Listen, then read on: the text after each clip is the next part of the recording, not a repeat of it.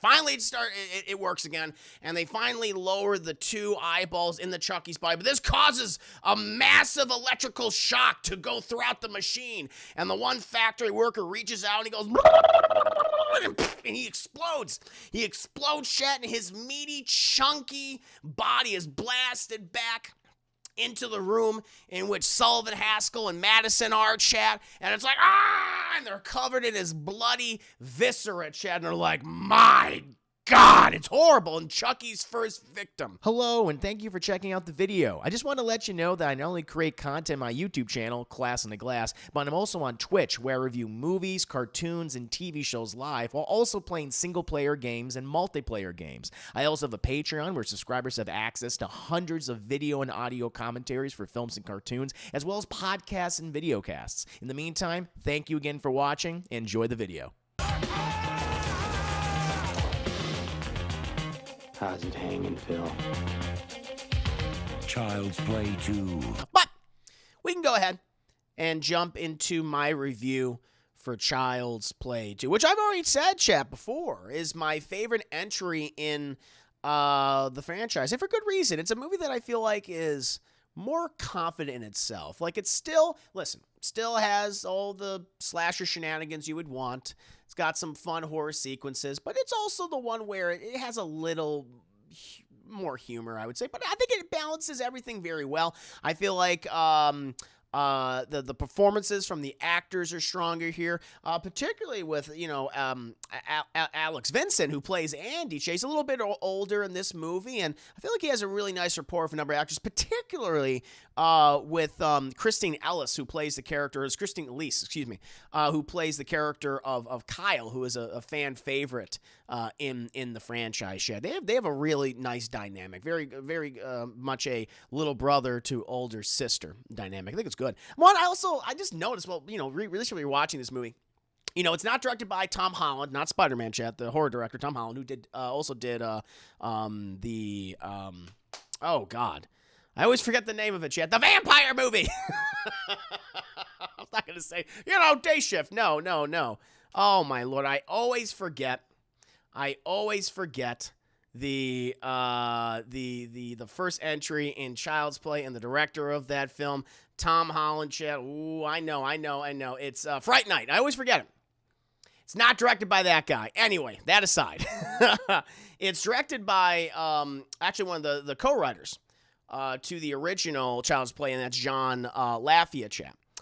And I feel like he does a better job than Tom Holland. I just feel like how it's shot, the sequences, the different locations that we go to. The third act of this movie, to me, is probably the strongest third act in any of the Child's Play films. When we go to the Good Guys factory, chat, the Play Pals Corporation factory, they have a lot of fun there. I think it's really cool. So, and also I think the score is quite good, chat. Also, and then the cinematographer, I forgot to say, Stefan Sapolsky, he worked with Tim Burton on numerous other films. I think this is the reason why he started working with Tim Burton. Because then I think he did Edward Scissorhands after this, then he did Batman Returns, and then I think he also did Ed Wood. So, yeah, just a really good slasher film, chat. And, I mean, even Don Mancini and Alex Vincent have said that, fans typically view this as the favored entry in the Child's Play Chucky series, and for good reason. Also, a little fun fact, after this movie, 9 months later, they released Child's Play 3 in 1991. Which is kind of like, it's kind of looked down upon, the franchise. I actually like Child's Play 3. I don't think it's probably as strong as the first or second film. Definitely not the second film. They also changed the actor. They changed Andy. They recast him for someone who is much older, and that has a big time jump. I think that's like several years where he's in military school. But I like the setting for that. But then you also, after that, you have Bride of Chucky, of course, which I think a lot of people might be their second favorite entry in the franchise. And you get Seed of Chucky, which I think is terrible. I haven't seen all the Child's Play films. I've seen all the way up to Seed of Chucky, and of course I've watched the Chucky series. I want to watch those 2 VOD releases one day, chat. One day I'll get to them, like Cult of Chucky and Curse of Chucky. Curse Chucky came out first, and then Cult of Chucky. One day, but I've heard they're very good. And it's also one of the things that spurned the creation of the Chucky TV series, which now we're on the precipice, chat, of that releasing its first episode. I believe that might be tonight. Yeah, certainly this week. So very cool, very cool. But I really like this movie. But I'm only speaking for myself. I'm curious about you guys. How many of you have seen Child's Play 2? And what are your general impressions of that movie, chat? The 1990 slasher film classic. I'm very curious. Also, this movie and the original one are the only Child's Play films I remember owning on VHS. And it had been actually quite some time since I have seen this particular film. I mean, well over 15 years ago, certainly when I was in my early teens. So, I don't know, watching it again, I'm like, goddamn, this movie is really well done. Let's see. What happened? Good to have you, by the way. They are decent, actually. I own both of them. There is a story. Yes. Brando, rewatched Child's Play 2 last night for the first time in forever. Now you keep me on task then. In case I miss any details, Sugar Money Part 2 is definitely the one I'm most familiar with. USA Network used to play the heck out of it. Because I don't think I have. Edgy, Child's Play 2 is great. Summary, yes, it was okay. Dylan Murray, Chris Chucky is solid. Oh, Lord, it's been a while since I watched it too, says Lex. Moosey Moose, good to see him. Are you going to do another shift tonight? Yes, very fun. It's going to be very fun. More for the teacher. Oh, the teacher, yeah. Who's a character actor. A lot of character actors in this movie. But yeah, the teacher played by Beth Grant. Miss Kettlewell. Indeed. Miko, I haven't seen any Child's Play. Chucky used to scare the shit out of me. Yes, good. Good, as he should. I'll see your Spock. I know I've seen it, but it's up to you to help me differentiate this one from all the others. That's fair. Child's Play 2 is a fun movie, but I do kind of miss the creepiness of the... Yes, the first one definitely had a sense of mystery. It's like, wait, is the doll actually possessed? Where in this one... Well, that's also what I preach about Child's Play 2. It's like, all right, we know he's possessed at this point. Let's fucking go. And I kind of like that. This movie, I think, is probably the best paced of the original trilogy. Although Child's Play 3, I think, is well paced. I mean, I'll let you know. I'm going to rewatch it very soon. But, yeah, they really get to, like, all right, we know... Fucking Charles Lee Ray, Brad Dourif is inside the doll. Let's move. And he starts killing like immediately in the movie. It happens very, very quickly, Chad. Very, very quickly. Let's see here. But I understand your point. It's perhaps is not as atmospheric as the original film.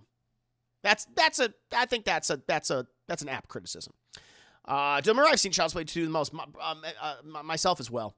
Alec Lost Miracle, good to have you here. Welcome. Sean, where's Sean? Good to have you here. Welcome. Hello to you. Love Child's Play 2. Nice. So maybe I remember the Child's Play movies in the USA Network. Yeah, now you got the series coming out on USA and Sci-Fi, since I guess they're both owned by the same company. But there you go, Chet. Yeah, so a lot of you have seen the movie. A lot of you like Child's Play 2. Some of you have not, but that's okay, Chet. In case you haven't seen it, I will tell you the tale of Child's Play 2. By the way, this movie, right off the bat, I had forgotten how much more confident this film feels in itself and what it wants to be, because it has an excellent opening, in my opinion, where we see the reconstruction of Chucky taking the burned husk that was Chucky from the events of the original film, which takes place 2 years. This is 2 years after the events of that film, chap. In which, obviously the film was released 2 years ago, but they also say, no, it is actually 2 years later within the world and the franchise of Chucky. And they play it out where the company, the Play Pals Corp, is putting the doll back together, Chad. And it's like just very well done. Like they're scraping away all the dead flesh. They're putting in new eyes, Chad, giving it a new body. It's just like, it's pretty goddamn awesome. I really, really love that. And the reason you're probably thinking, how the fuck did they get the body back from the police? Because you would think, fucking Detective Humpadink and Karen chat that they would have been telling the police, and also Detective Boppity Boop, that, oh shit, no, the doll, that needs to be destroyed completely. It needs to be burned to ash at this point. Well, why are we giving it back to the PlayPal Corporation? Well, chat, sadly, we do find out what actually happened in between, the interim period between Child's Play 1 and Child's Play 2. I guess Detective Humpadink and his partner Boppity Boop said, yeah, we're going to kind of wipe our hands of the situation. And Andy's mother, Mrs. Barclay, Karen Barclay, she's condemned to an insane asylum, where she remains, I suppose, for the rest of the franchise, chat. due to the trauma that, or also probably to the fact that she was saying that, no, it was this killer doll. And I guess fucking Detective Humperdinck, Detective Boppity Boop didn't back her up, chat. And, I guess after that it had been retained by the police for 2 years, they finally gave it back to the PlayPal Corporation, who's kind of in this, like, weird emergency crisis because, there's all these rumors of this defective doll going crazy and killing multiple people, and they're there to prove, like, no, there's nothing wrong with the doll. We're going to put it back together and show everyone that it's fine. So that's the excuse that they use for putting Chucky back together, this particular version of the good guy doll. In this, but chat, as we see the PlayPal Corporation, we're introduced to Haskell Sullivan, which is a little fun fact. So the actor who plays the character of Haskell Sullivan, the actor's name is actually Peter Haskell. So they just basically took, like, listen, for your character, we're just going to take your last name and make it your first name. Go. But he plays the rich corporate owner of the PlayPals Corporation, and he has his Smithers type of character with him. Chad, his number one, his number two, played Madison, right? Good old Maddie, who runs the factory there at PlayPal Corporation, basically telling Mr. Haskell that, oh yeah, listen, don't worry, we're gonna do a whole campaign, let parents know that the good guy dolls are perfectly safe, and we're just putting Chucky back together right now. And Mr. Haskell's like, okay, let me go ahead and see what you guys have been doing. And so right before they're about to put Chucky's new eyeballs into his head, chat, the machine breaks down. They're like, uh-oh, kind of malfunctions, chat. You have two of these factory workers. They're trying to, they're just whacking the machine, making sure it's working. It's like, all right. Finally, it works again, and they finally lower the two eyeballs in the Chucky's body. But this causes a massive electrical shock to go throughout the machine, and the one factory worker reaches out, and he goes, and he explodes. He explodes, chat, and his meaty, chunky body is blasted back into the room in which Sullivan, Haskell, and Madison are, chat. And it's like, and they're covered in his bloody viscera, chat. And they're like, my God, it's horrible. And Chucky's first victim has already died, chat, at Chucky's hands. Not really his hands, chat, but his electricity. I guess he has electricity powers now. He's able to possess machines, at least for that moment. During the chaos and during the cleanup of this poor worker, chat, I mean, he's just everywhere. Chucky vanishes. They're like, oh shit, where did he go?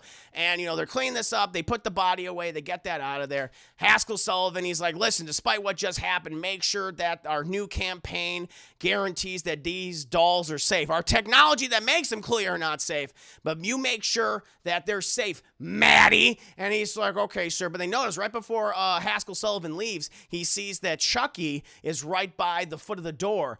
And Maddie's like, what do you want me to do with that doll, sir? And it's fucking great. Haskell Sullivan's like, why don't you just shove it up your fat ass? And he leaves. It's like, God damn. Meanwhile, we cut to Andy.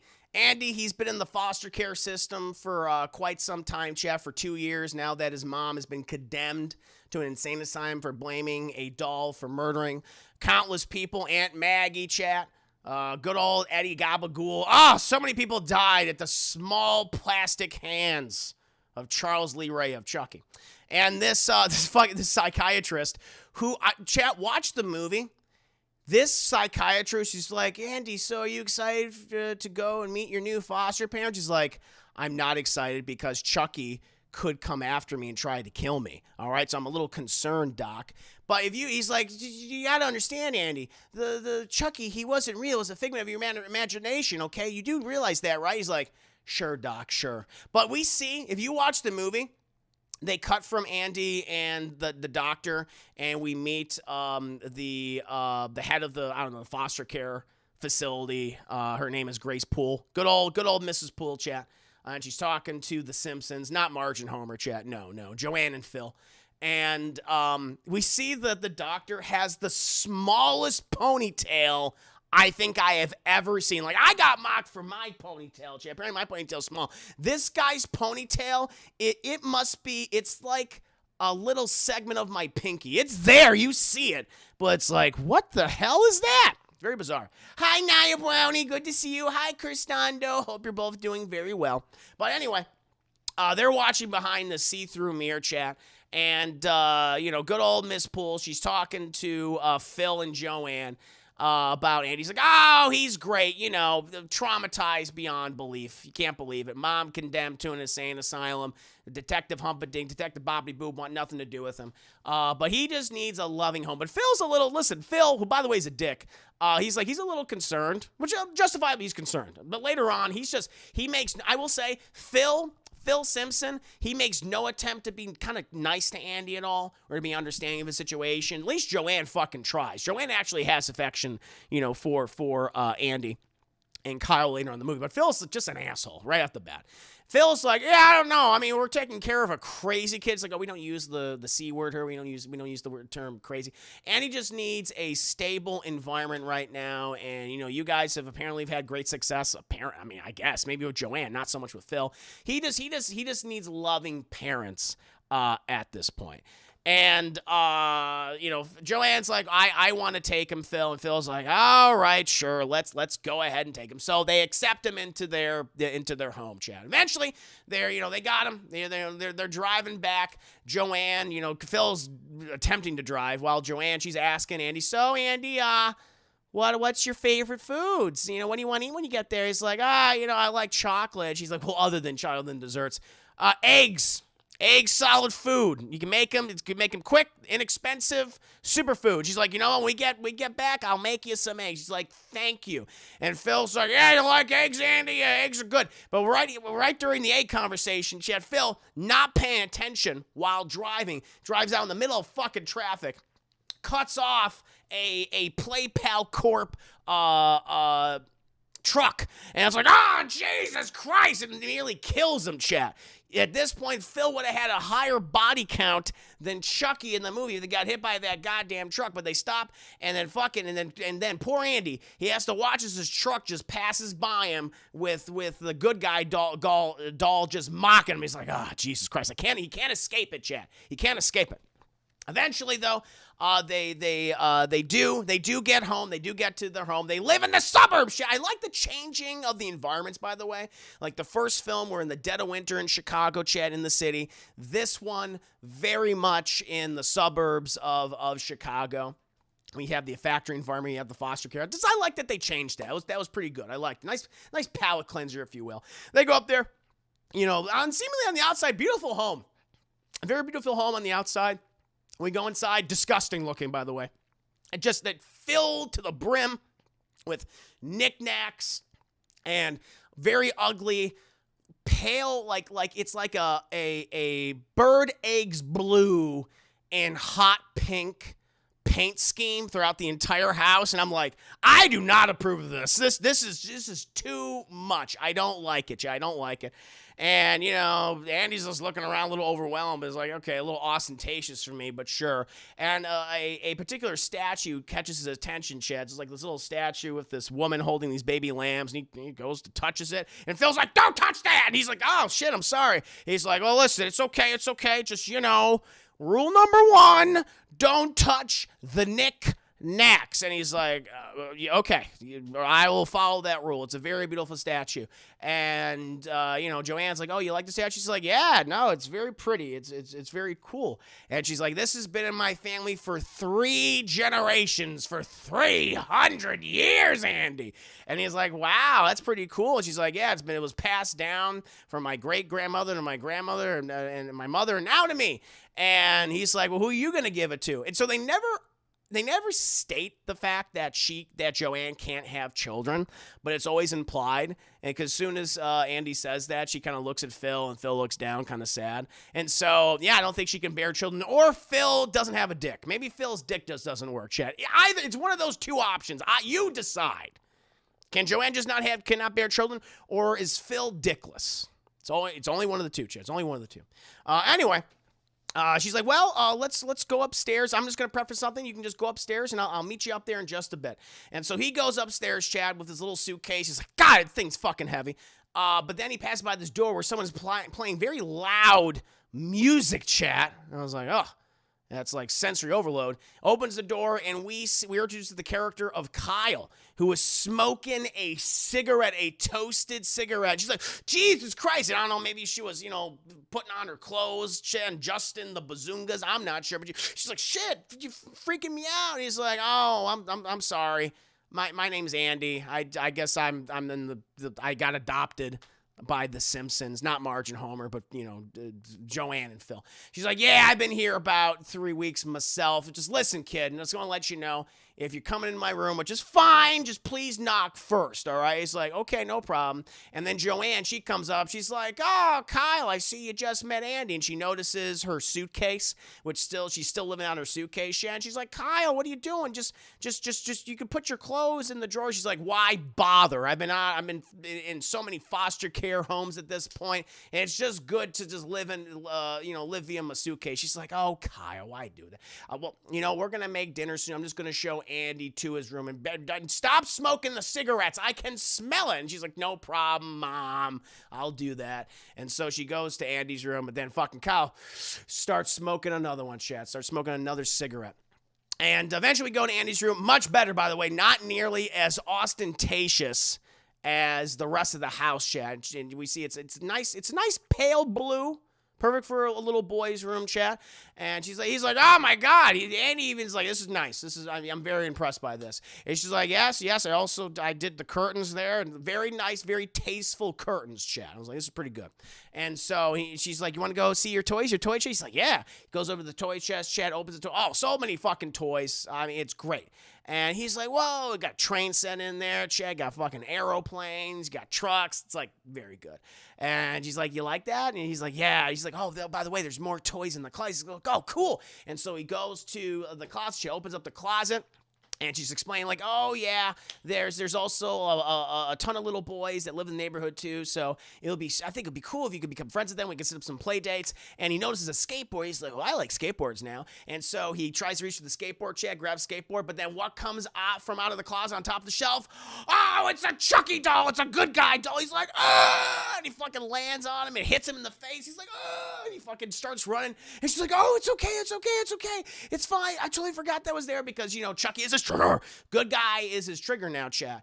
And he's like, I'm sorry, I forgot to get rid of this. I'll take this downstairs. Chucky's gonna kill me. He's gonna kill Detective Humperdinck. He's gonna kill my mom. He's like, oh, Andy, oh God. And the doll activates and goes, hi, my name's Tommy. What's your name? Heidi Ho. And so it's establishing all the good guy dolls have different names. They're programmed with different names. This one's his name is Tommy. And Phil, he runs up the stairs like, hey, what's going on up here? What's going on?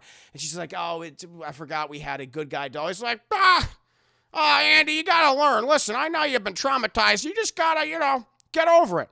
Get the fuck over it. It's just, Phil just being a dick. Just doesn't care.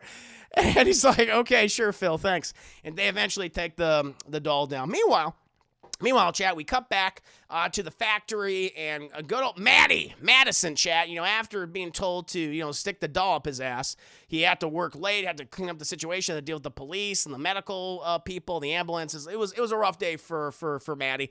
It's pouring rain. Thunderstorm, chat. He's like, I gotta take this doll home and make it part of an ad campaign. So he walks outside, just getting soaked, opens his car, fucking throws Chucky in the back, chat, and then, he pulls out. He has one of those, it's the 90s, chat, so he doesn't have a cell phone, but he's got like a phone in his car. It's like, whoa. And he gets a good old ring-a-ding-ding on his car phone, picks it up, and he apparently, chat, it's his 2-week anniversary with his new girlfriend, Gabriella. And she's like, where is my vodka? I need vodka, because I guess they're going to make some Moscow mules or something. I'm not sure. She's like, of course, 2-week anniversary. Who fucking celebrates a goddamn 2-week anniversary, Chad? Let me ask you. I don't know. Weirdos. But a 2-week anniversary, of course, babe, I'm going to go get the vodka. And he goes and he parks at a look. But meanwhile, Chucky, he just sets himself up and he's like, this guy's a fucking pushover. But he stops at a liquor store. He gets out. And he goes inside, tries to buy some vodka. By the way, they don't accept the credit card, only cash. I was like, what the fuck? What goddamn dystopian society do we live in where you're not going to accept a credit card or a debit card, only cash? It's like, I guess that was the 90s, chat. That was the year 1990, and America was in the middle of a post-apocalyptic situation. Whatever. And they also had killer voodoo-possessed dolls. Chucky, he comes to and goes, Jesus. But he's like, I'm going to use the phone to find out where Andy is. Because, chat, you probably wondering, why is Chucky even bothering going for Andy? Is it revenge? No. The only way in which he can transfer his soul to another person, right, is if that person is the first one he told about his secret to, right?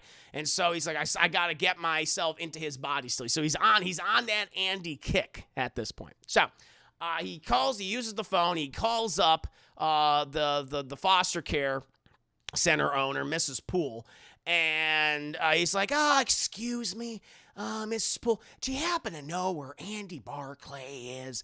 And she's like, I'm sorry, he's just recently been taken by another foster family. Who is this? And he's like, this is Andy's Uncle Charles, which I'm pretty sure I think the foster care center, so I have one criticism of this movie, probably this is my big criticism.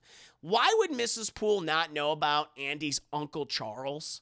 You know, like they would have his entire background, but she just gives him the fucking information. It's like, I'd be like, I don't have any history of anyone named Uncle Charles or Charles Barclay, like at all. I question this. Good day to you, sir. I would hang up immediately. I'd be like, that's kind of weird. Someone's calling about Andy. I don't know. But she's bad at her job. I'm telling you right now, she's very bad at her job. Anyway, the liquor store owner, he's like, I don't accept credit and debit. I don't know why I gave him that accent, but he seemed to have an accent, yeah. And he's like, but this is the fucking best credit card ever. He's like, I don't care. And he leaves because this car alarm starts going off. He gets into his car. He shuts it all off. He looks behind him. Chucky in the same position he was in last time. Whatever. He drives off in the middle of this fucking storm, but all of a sudden, Chad, he feels a little hand come upon his shoulder. He goes, and then boom, a gun is placed against his fucking cheek. And he's like, if you want to live, keep driving. He's like, okay, man, okay. And he tells them to go drive to this specific address, which is the address of the Simpsons, Chad. Not Marge and Homer. It's Joanne and Phil. So he's like, keep driving, don't slow down. Eventually, he forces good old Manny to park the goddamn car, right? And he's like, all right, now don't make any sudden moves. Put your arms behind your seat. And so he puts his arms behind the seat, ties up his arms with a jump rope, chat. And he's like, listen, I don't have any cash on me. I have a credit card. I have a debit card. You can take any of the toys in the back. Just don't fucking kill, pissing and shit himself. And he's like, and he pulls the trigger and goes, bang, you're dead. But it's a squirt gun. She just squirts him some water. And he's like, man's like, it's a joke. We're having fun. And then Chucky suddenly disappears. He's like, hey, man, where'd you go? And then Chad, I will say, Chucky lives up because I'm like, why? He's called the Lakeshore Strangler, right? That's what Charles Lee Ray did. Apparently, his go-to move was strangling people. Rarely strangles anybody. I have to admit, he strangles this guy right at the top, right in the first 20 or so minutes, gets a fucking plastic bag and just fucking suffocates him. And he dies. So no 2-week anniversary between Maddie and Gabriella, Chad. That ain't gonna happen. Meanwhile, Chucky, he eventually makes his way inside the house, chat, in the middle of this thunderstorm. We then cut to Andy, who is being read some stories by Joanne, little Hansel and Gretel. But, you know, the whole story about, these two kids whose parents abandoned them, or at least one parent abandons them. The dad, he was a goddamn simp. And he let the mom walk all over him, chat. But, they're almost eaten by a fucking witch who's been eating children. Not a great story for Andy, I would say. And she's like, the mother abandoned them, but the parents found a new family, they're happy ever after. And he's like, well, that's not how the story ends. It's how it ends for right now. We'll finish this later. But Andy, he's feeling anxious, he's feeling scared because of everything, and he obviously has made an emotional connection with Joanne. He's like, please don't leave, I'm scared. And she's like, okay, I could stay here with you. And he's like, I'm sorry, I just really miss my mom. And she's like, I know, honey, I know. And she's like, but you're doing a really good job, and I just want to thank you, really nice. Phil's kind of a dick. He is a dick. She even says, like, why Phil's kind of mean. She's like, I know, he's trying. Phil doesn't, I'll tell you right now, Phil does not fucking try at all throughout this fucking movie. Not at all, chap. Anyway, at this point, At this point, Andy asks, because that's what it is. Joanne asks him, is there anything I can do? Do you need some tea? He's like, my mom used to sing to me when I was scared. She's like, I'll sing to you. And so she starts singing, right? She starts singing. And by the way, camera work in this scene, great. We cut outside the hallway, get this wonderful shot. It goes down, the lightning and the shadows are great. And we finally see Chucky at the foot of the stairs, and he's like, what a crock of fucking shit. And all of a sudden, as he turns around, he's scared by the good guy doll that Andy was scared by. He goes, oh! He's like, hi, my name's Tommy. What's your name? He's like, shut up. Shut the fuck up. He's very mad. He hits it, but then the doll starts malfunctioning. It's like, hi, my name's Tommy. My name's Tommy. And he's like, and he grabs the statue that Phil and Joanne were adamant about not touching earlier, chat, and just starts bludgeoning the thing's fucking face in. Just bump, bump, bump. Until eventually the statue finally breaks. Chucky's like, shit, I gotta bury the evidence. And so he goes and he drags the Tommy doll. He's like, a fucking opportunity presents itself. I'm gonna pretend to be Tommy. And so he drags the Tommy doll and he buries it in the backyard underneath this wooden swing. This is very important detail later in the movie. However, later that morning, chat, Phil is very mad about the statue being broken, and he's like, well, either of you going to fess up? Because he thinks it's either Andy or he thinks it's Kyle.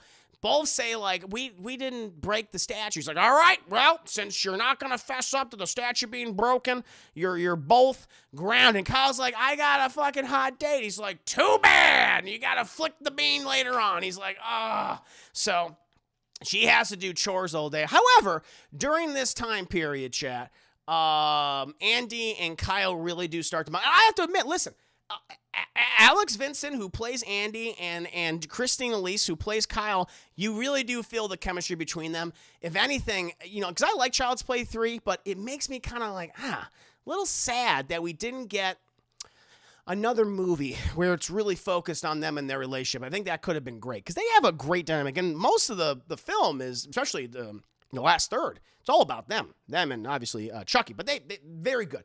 And, they're doing laundry downstairs, chat, and, they're talking to each other, and she's like, why didn't you fess up to break it? He's like, I didn't break it, okay? It wasn't me. She's like, all right, whatever. I was just like you as a kid, too. He's like, oh, yeah, you were nice. He's like, no, I was a delinquent. But you learn as to why, she is the way. She's a little hard, but she's not heartless. That's the other thing, too, about Kyle. She's not, like, mean. She's just kind of been hardened by life at this point. She tells Andy, like, because Andy asks her about her family situation. They do chores throughout the day. They're doing laundry. At one point, he tries. She's like, here, hold this, because she's constantly smoking. She's a goddamn chain smoker. At 40, she's going to sound like this. But she's like, hold my cigarette. At one point, Andy's like, ooh. And he starts coughing. And she's like, what are you doing? He's like, I want to taste it. He's like, and that's why you shouldn't smoke. He's like, why do you do it? Because I'm hopelessly addicted. But they're doing laundry, and eventually they end up outside, and she's doing some gardening. And Andy asks Kyle about her family and her mom and her dad, and she's like, I don't know them. My dad, I forget, she says if he died when she was a baby or he left when she was a baby, and her mother gave her up at 3. And she's like, do you ever think about them? Do you miss them? And she's like, I honestly don't even remember what my mother's face looks like at this point. I've had dozens of families at this point, Andy. And he's like, oh man, I'm so sorry. She's like, don't be. Listen, it's made me stronger, and it's made me realize that the only person I can really count on is myself. I've steeled myself. And so just know that. And for whatever you go through in the future, just know that have the confidence and to have the courage to get through any situation. He uses this later on in the goddamn series, Jay. He takes Kyle's advice very seriously. But after all that serious talk, they're on the swing, and they start swing. Oh, at one point, too, earlier on, right after they finish laundry, chat, before they go outside, and Kyle gives him the talk, he hears Phil going, I don't like this Andy kid. I think we should give him back to the foster care facility. And Joanne's like, we had him for one day, but he broke the statue. And it's all because of that stupid doll. I can't believe he takes that thing so seriously. She's like, he saw people die around that doll in the last movie from 2 years ago, okay? He's a little traumatized, and he hears like, shit, I don't want to leave yet. And so he goes over to what he thinks is the Tommy Good Guy doll, and he starts carrying that around with him all goddamn day. And he passes by Phil. He's like, how you doing, Phil? He's like, hi, Andy. And he's like, well, I'm going to go and play with my good guy doll, Tommy, right? Oh, actually, there's a great scene, too. Right before he goes to the good guy doll, he confronts it and he goes, I fucking hate you. He says it right in its face. I fucking hate you. And the good guy doll goes, hi, my name's Tommy. What's yours? And there's like that pregnant pause. Because even Chucky's like, he was just about to say, Tommy. I love that moment. Even Chucky's like, he catches himself. He almost catches himself. And fucking Andy's like, I don't know about that. But anyway, he takes the doll and he starts playing with it and things. He goes outside and he has a conversation with Kyle. But then at one point, Kyle, she just kind of wants to take a break. She's been doing chores all day, gardening, laundry, all that. She's been smoking like a fucking chimney. She can't jog anymore, Chad. She takes 3 steps. She's like, they got to get her on oxygen. But they have her on the swing, and Andy starts pushing her, and she's like, Andy, stop. I just want to rest. He's like, no, it's fun. And they, again, just very, very, a great little brother, older sister dynamic, Chad. I buy it completely.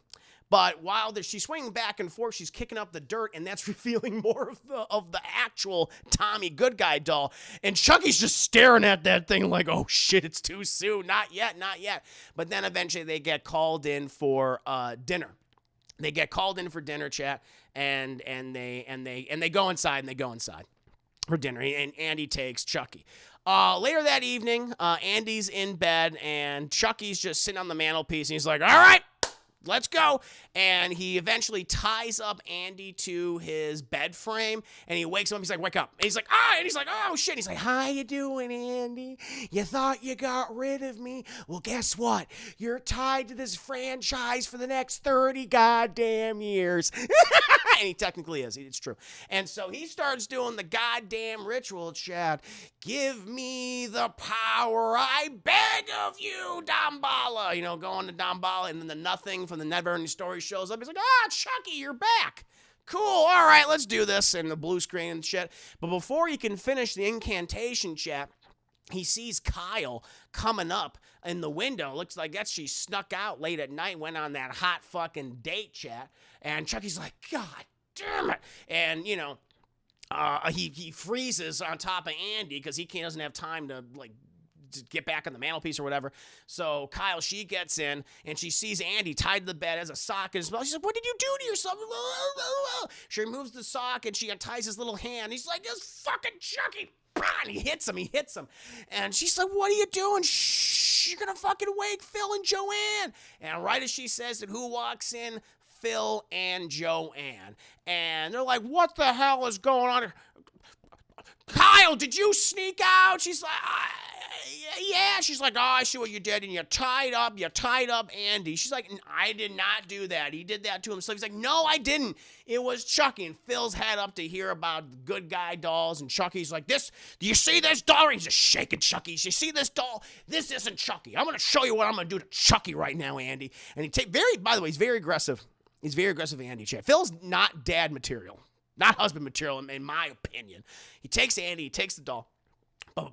They go downstairs, and he opens the basement door. By the way, the most windy and unsafe staircase you've ever seen leading to a basement movie. I was like, this does not make sense, this staircase. But he just fucking chucks overhands Chucky down the fucking stairs. Bop, bop, bop, bop. Just lands there. And he's like, listen. He's going to, we're going to get rid of him. He's going to be down there. He's not going anywhere. Just fucking be normal. Relax. And they shut the door and they go back. Chucky, meanwhile, he comes to, is like, ow, because he's been severely concussed. But then he sees a trickle of blood from his nose, chat, from the concussion.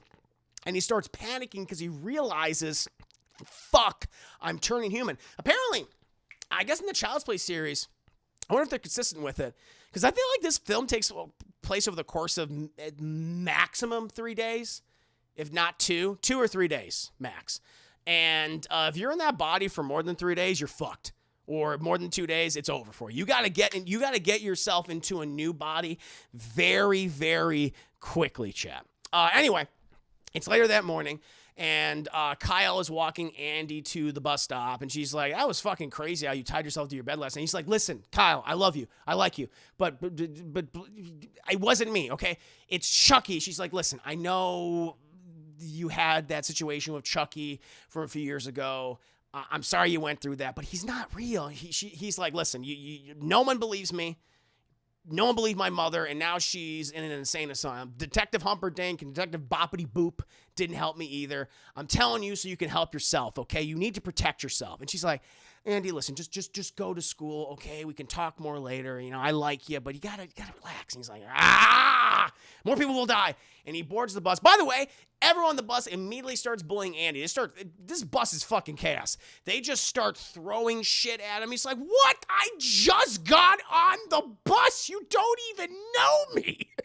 But he sits in the back of the bus. And then we got to the bus from outside, and we see Chucky's little legs underneath the bus trying to hold on for dear life. He's like, "Ah!"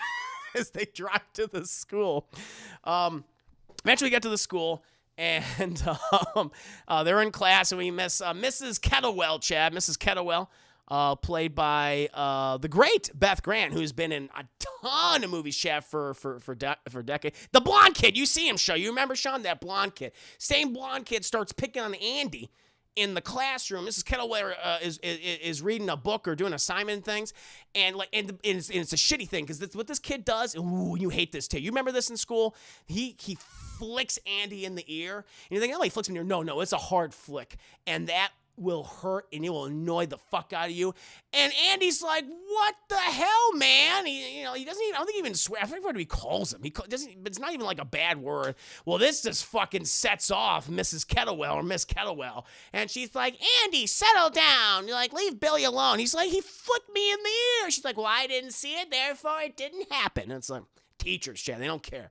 But later on, they're at recess. That's right. So they all go out at recess, and Andy, he knows Chucky's out there, and he's smart. I guess the other thing I like about Andy as a child in these movies is he's not incompetent. He's very competent. He's not a little shit.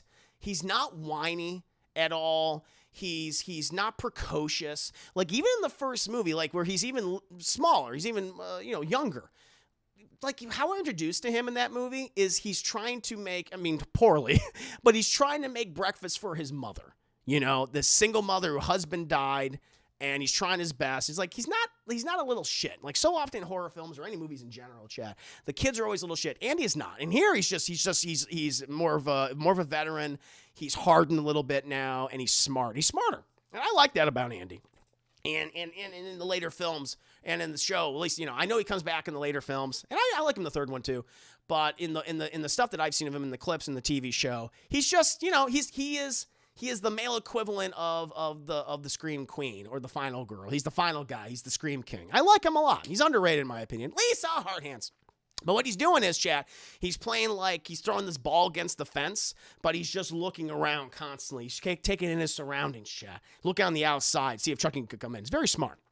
Eventually, though, we cut back to Mrs. Kettlewell, who is grading assignments. Actually, no, that's right. When they're all at recess, that's what happens. So they're at recess. Miss Kettlewell, she's having a smoke. Everyone smokes in this movie. It's the 90s. She's having a smoke break. Chucky, he hid in the classroom, and he gets to the assignments. And he finds Andy's assignment. He's like, "Ooh, how fun." Later on, when Miss Kettlewell comes back, when all the kids are back, she starts grading the assignments, and she sees Andy's assignment. Like, this is like drawings or whatever, or like coloring. And right in like bright red crayon, it says, "Fuck you, bitch." And she's like, "Oh!" She's not happy. And the bell rings, like, "Oh, it's time to go home." Everyone's getting their jackets and their coats and shit. And he gets this little, because, remember in kindergarten, like, first, second, third grade, whatever, you had your little cubby hole. He goes to his cubby, and Chucky's like, just there. He's like, "Oh!" And he fucking freaks. But then before anything else can happen. He's confronted by Miss Kettlewell, who grabs him and goes, "Do you think this is funny, Andy? You think it's funny?" He's like, I didn't do that. It was just like, "Oh, Chucky, really? You think it was this doll? Oh, I'm gonna call your foster parents, you orphan." She doesn't say that, but she takes Chucky, throws him in the closet, locks him inside the closet, and tells Andy to sit at his desk. "Head down, mister." Keeps his head down, and she leaves to probably call the Simpsons, not Marge and Homer, Joanne and Phil. And Andy's like, "Fuck this." He goes to the closet, and he looks in the keyhole, and we see Chucky. He's like, "Andy!" He's like, "Oh, shit." And he gets out of there, Chad. He goes to the window. But Chucky's begging him. He's like, "Andy, I'm sorry. Just let me out, and I promise I won't kill anyone else." Andy's like, "You're lying. You're lying, Chucky." And he gets out the window, Chad. I think it was a first-floor classroom, so not like Andy dropped from the second story or the third story. It was a first-story classroom, so he gets out there. Eventually, Mrs. Kettlewell, excuse me, she comes back. Andy's gone. What the fuck? And she hears something moving in the closet, and she assumes that Andy somehow got in the closet, Chad. So she goes over there, opens the door, nothing. No one in it. But the Chucky doll's gone, too. And so she starts searching everything, can't find Andy. She's like looking. She does there's like this coat rack. She moves all these coats out of the way. Nothing there. And then, boop, this ball, this dodgeball, this hits her on the top of the head. She's like, "Oh!" And she's like, "Oh, it's nothing." And she takes the dodgeball and she puts it on back the shelf. And then Chucky goes, "Bah!" He reveals himself in a non-sexual way. And he's on the top of the coat rack, chat. And he has this bicycle pump, and he stabs her in the boob, and he inflates her boob, Chad. It was horrible, and the air pushes her back, and she lands on the desk, and she's flopping and everything, and she's like, oh, and Chucky's like, "You've been very bad, Miss Kettlewell. Chucky's gotta teach you a lesson," and proceeds to beat her to death with a giant industrial-sized ruler. I'm surprised that thing didn't fucking snap yet, but they made him thick. They made him very, very thick back in the day. Eventually, Andy, he gets back home, and he's interrogated by both Joanne and Phil, and they hear about the whole thing with the assignment. Phil's more upset than Joanne. Joanne just thinks that, Andy he just needs more attention. He just needs to be understood. He's just, fucking Phil is just constantly yelling at it all the time, probably making him more and more anxious, chat. They don't know he's being stalked by a murderous voodoo doll, But it's not great. It's not great. Eventually, everyone's in bed. It's later that night. Everyone's in bed. Oh, that's the thing, too. Phil, he takes Andy's like, "I'm going to show you something," because Andy's like, "No, it's Chucky. He came to the school, and he did the thing with the assignment." And Phil's like, "I'm going to show you something, Andy." And he takes Andy by the arm, and they go open the basement door. It's like, how the fuck did Chucky get back there, I wonder? But who knows? He opens the basement door, and right where he left him, Chucky's still there. And it's like, "Chucky's been there the entire day, okay? No more lies. Go to your room." And he's like, fuck. And so they all go to the rooms later that evening. Eventually, Andy, he sneaks downstairs, and he's looking for a weapon because he's like, "I got to kill Chucky because no one believes me." And eventually, he settles on this electric bread knife, which is like, why do you need a fucking electric bread knife, I mean, I understand a bread knife. Why electric one? Convenience, I suppose, but still. But he gets an electric bread knife, Chad. Battery power, too, by the way. Or at least it holds a charge. And he opens the basement door. Chucky's not there. He's like, "Yeah, you motherfucker." And he goes down the most unsafe-looking staircase I've ever seen to a basement, Chad. It's like, was this made by Tim Burton? It's spiraled and everything. It doesn't make any sense. He goes down there. He's searching for Chucky, chat. Things are dropping around him. He's like, "God damn it." By the way, the camera work here is very good. He eventually hears something moving inside of the dryer. He goes over there. Someone turns the dryer on, opens it up, starts stabbing the clothes with the electric bread knife. Nothing. Chucky's not in there. And then Chucky goes, "Ah, you little shit." He jumps on him, and he starts battling with Andy. He's like, "Andy, just let me inside you, okay? You and I are going to get a lot closer." And so they continue the battle. Meanwhile, Phil and Joanne, they're still up, and, Phil, his asshole dad senses are tingling. And he hears something. He's like, I hear something downstairs, Joanne. I'm going to go downstairs. He goes downstairs, chat, right? Opens the door, right? And then Chucky's like, shit. He moves out of the way. He turns the light on right before he sees Chucky. And he sees Andy with the fucking bread knife. And he's like, Phil, you don't understand. He's like, Andy, take it easy. Take it easy, okay? Just turn off the bread knife, put it down the floor. And he's slowly walking down the steps, chat.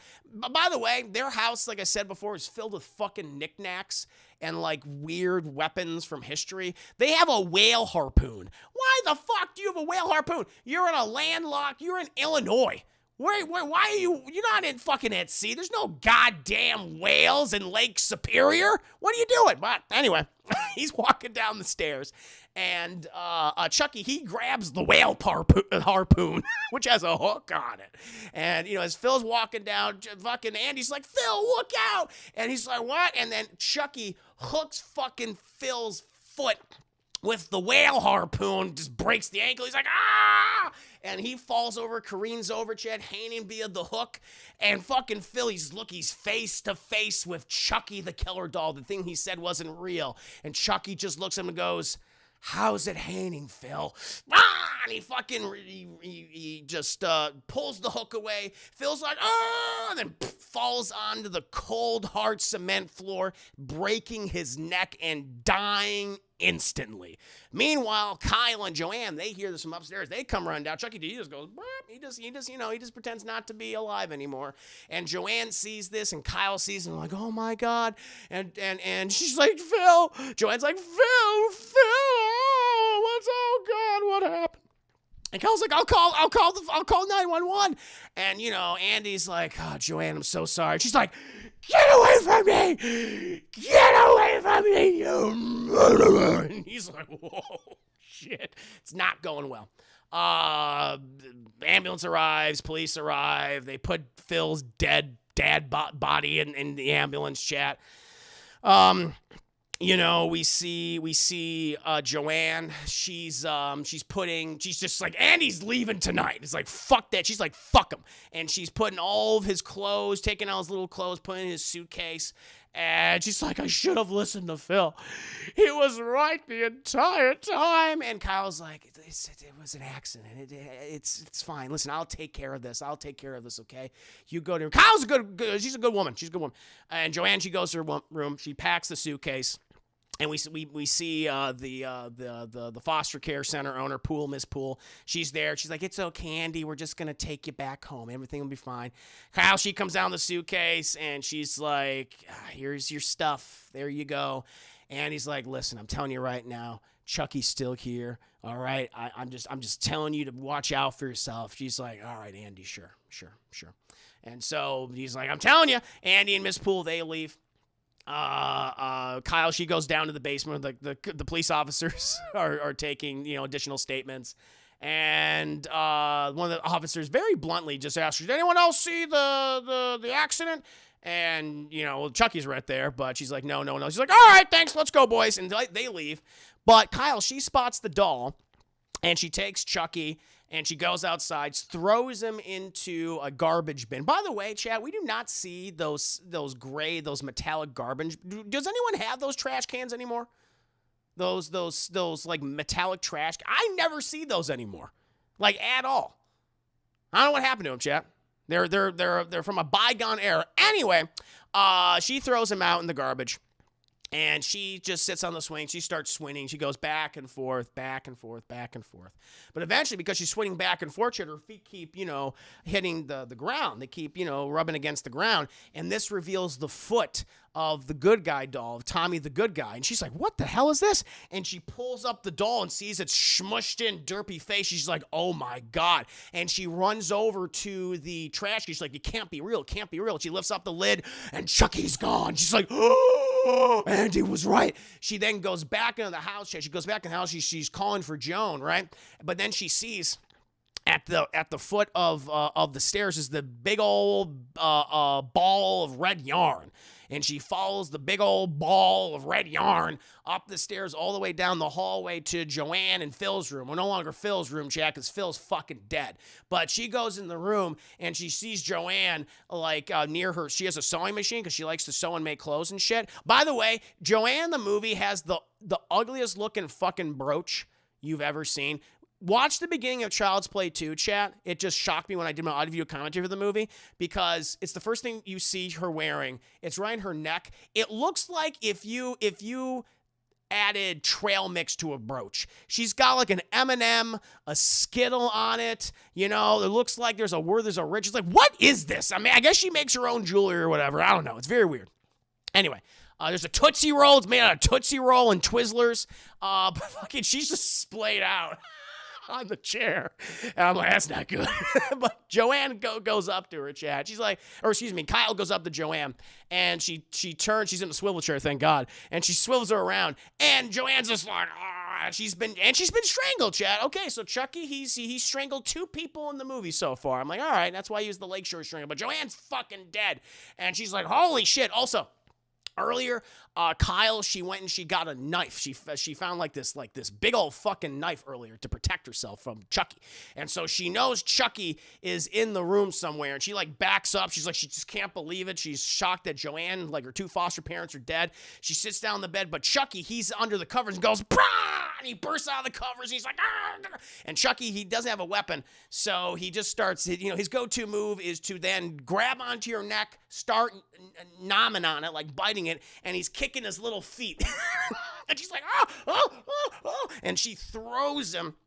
She throws him across the room. He hits a lamp. She goes over to him. But he, he like bites her, and she's like, shit.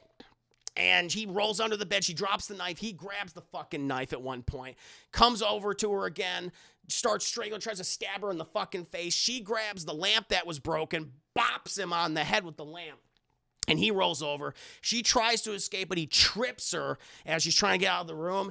And he's like, stop doing that, bitch. It fucking hurt.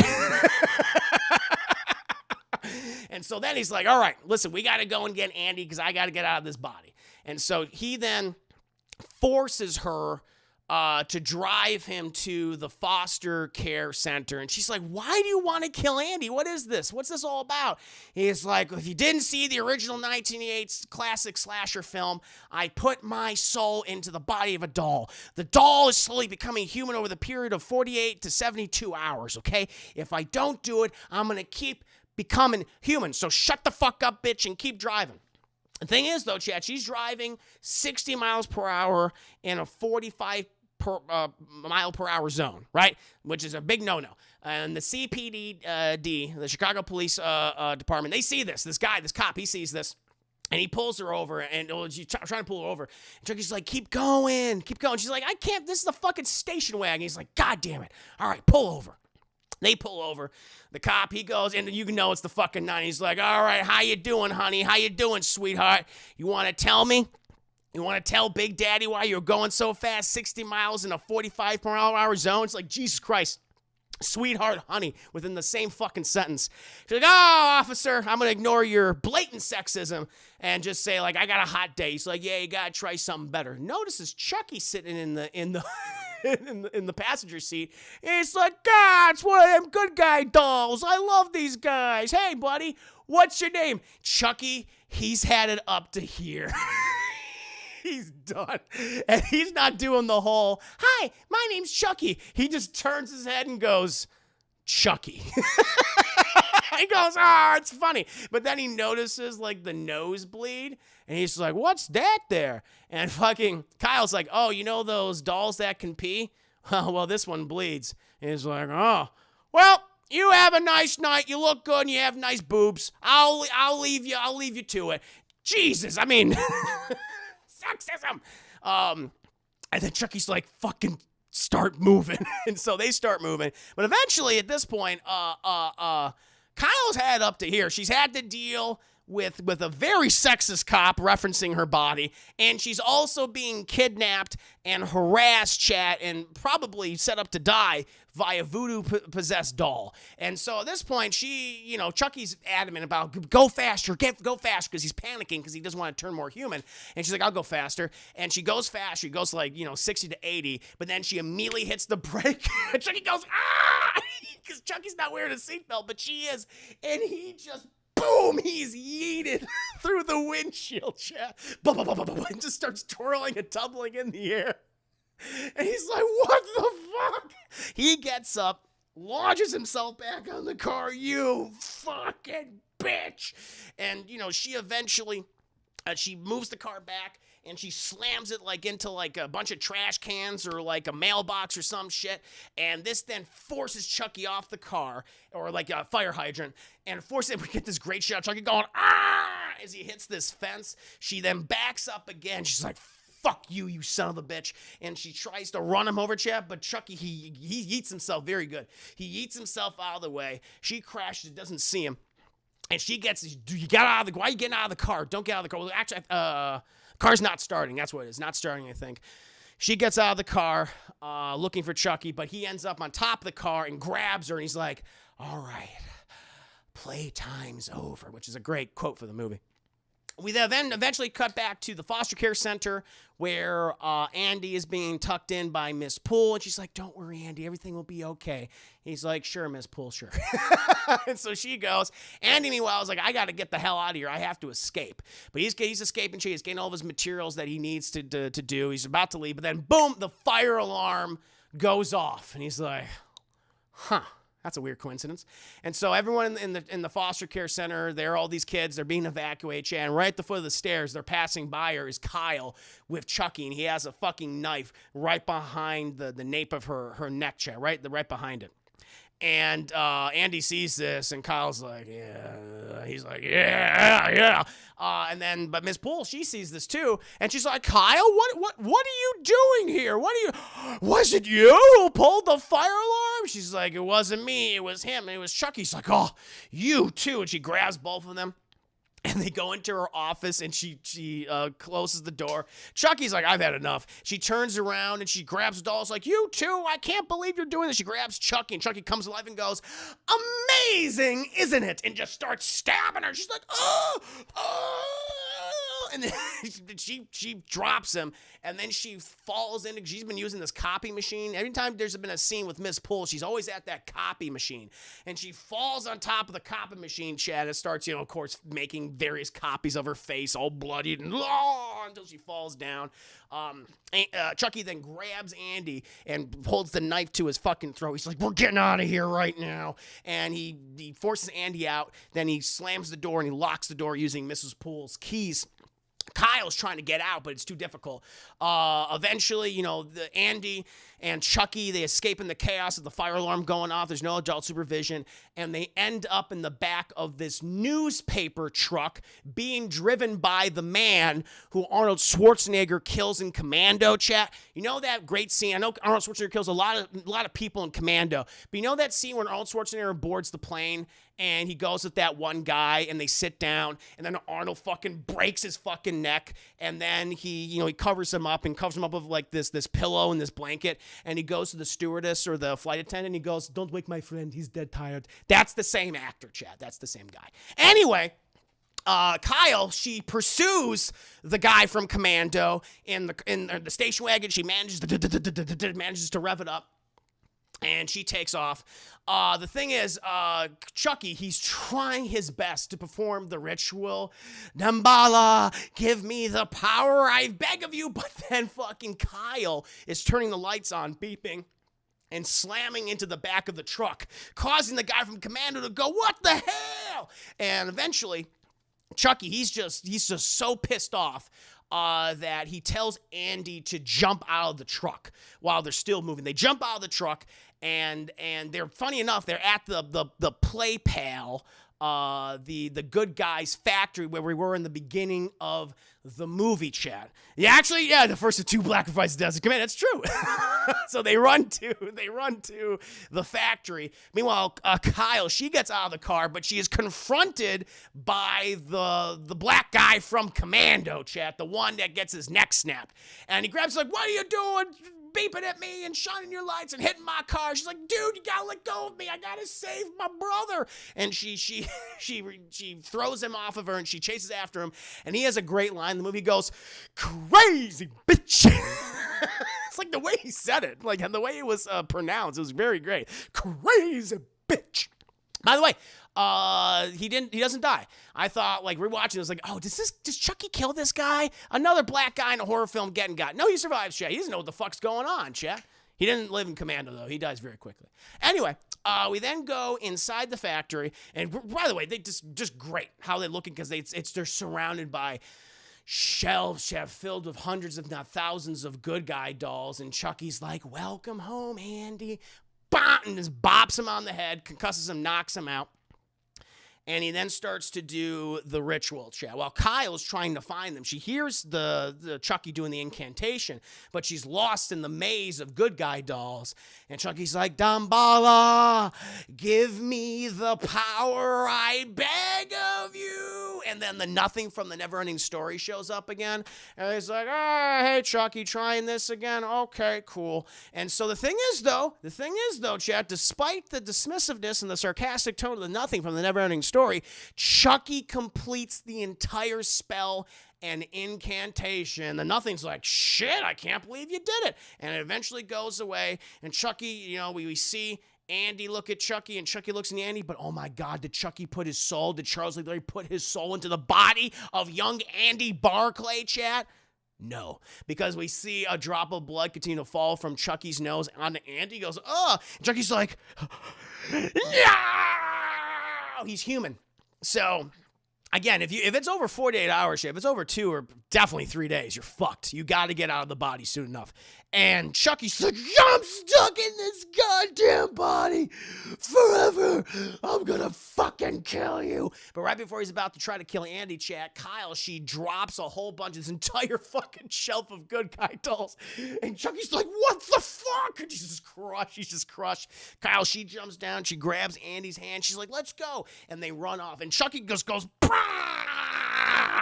He bursts out of the boxes, pursuing them. He is so fucking pissed. Eventually, they go to this conveyor belt, and they're like, "Oh, let's go up the." It's the kind of conveyor belt where it's the rollers, where they see all the. I love this because we also see the process of the good guy dolls being built. It's really cool. This last third act is really well done, in my opinion. A lot of interesting scenes and sequences. But they shove all the good guy dolls off the conveyor belt, chat. And Kyle, she goes up first. "Just watch what I do, Andy." And she climbs all the way up. And eventually, Andy, he starts climbing up too. But then he misses one step and he starts rolling all the way down at that point.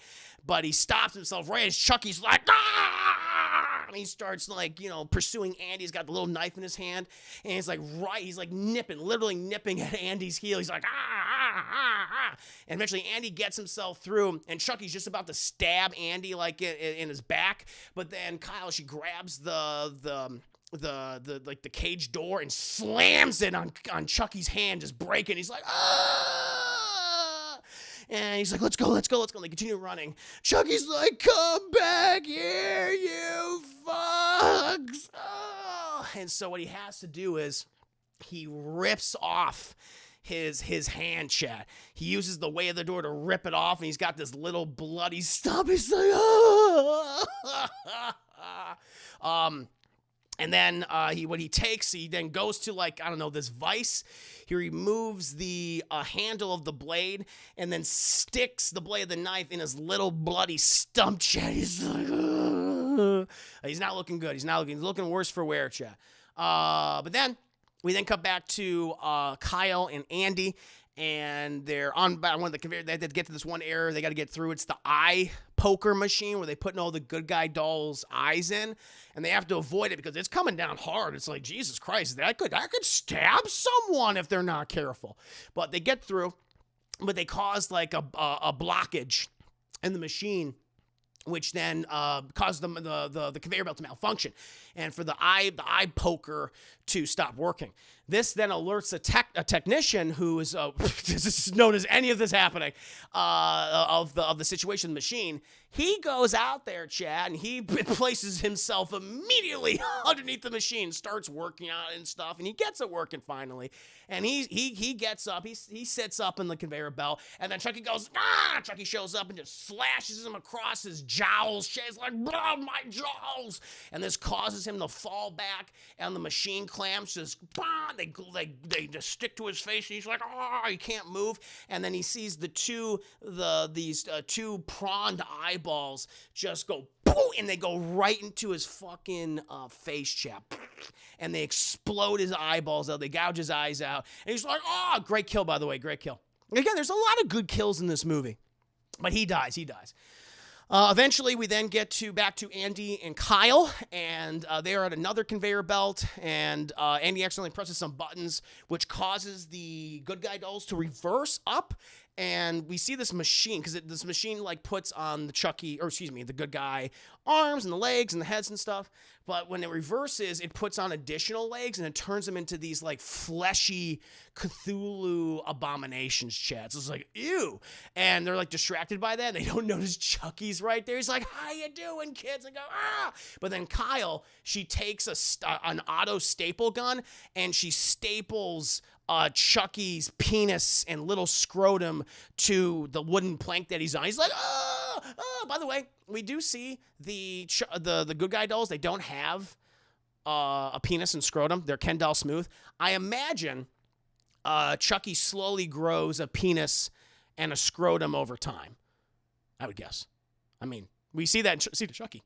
He does have a little penis later on, Chad, but you know, this point, he has a penis now. It starts out not having a penis, but he's a grower, not a shower. But that then staples his penis to the wooden plank. And he's like, oh, I can't move. And they reverse the machine, and it starts turning him, like they close it around him, and then all these arms and legs start getting, and so you assume, starting onto his body. He's like, no, Andy, help me. Ah! And then they activate the machine again. What comes out is just this pile of bloody meat and plastic, and seemingly Chucky is dead. Woohoo! We did it!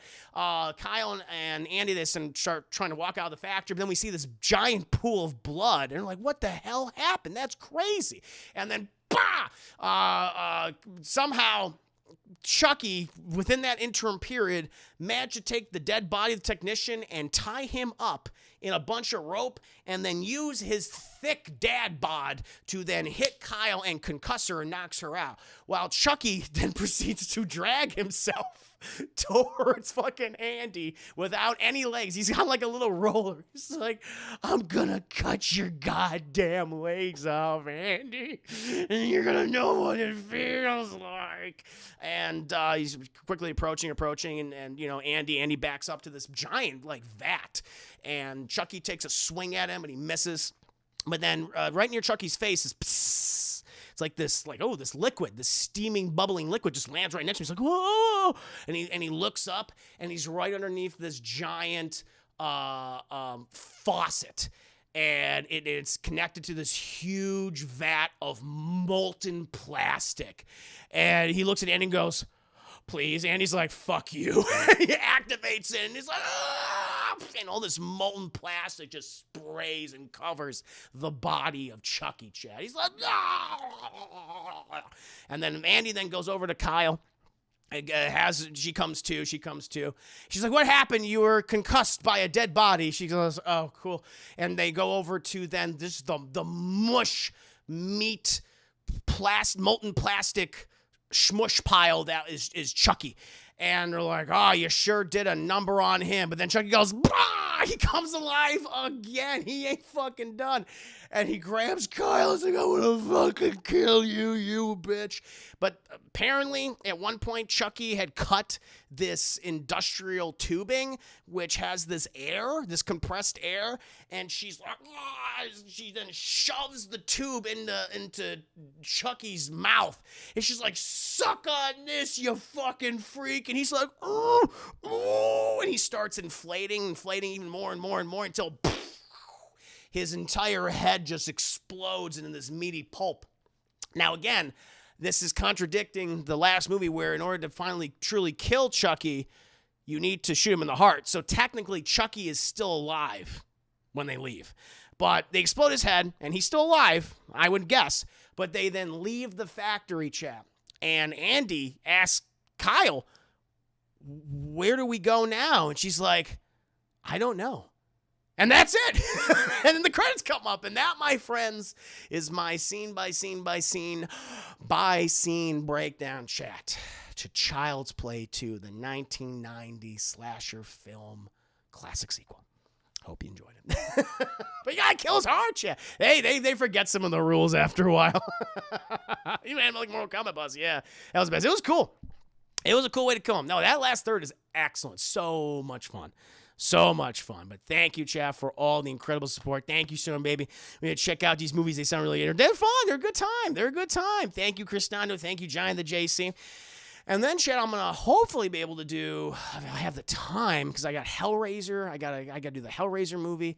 I'm gonna try to do Child's Play 3 this Friday. If not this Friday, then maybe I don't know. Maybe I'll try to do it Saturday. We'll see. Nick, thank you. What about me? Thank you, Nick. No, thank you everyone for all the very kind words. GG, Kaz.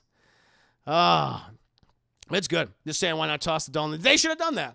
Yeah, and then the next one, they do something like that. It's interesting. Especially the Child's Play franchise solid over. I love how creative they try to make each film, even if some don't work. Yeah, the only one that personally for me, of the ones that I've seen, I haven't seen all of them. I didn't see the 2 VOD ones. The only one I just don't like is Seed of Chucky. I was like, I don't like this movie. I just don't like the humor. It's not very scary. Not very fun. It's kind of gross. It's like, I don't really care for it. I prefer Bride of Chucky. I think is great. I really like Bride of Chucky a lot. And I like the third one too.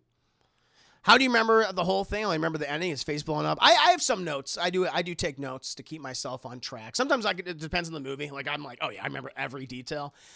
For this I have some notes. It's about like, the kind of like I guess you could say like 3 paragraphs worth of notes or something.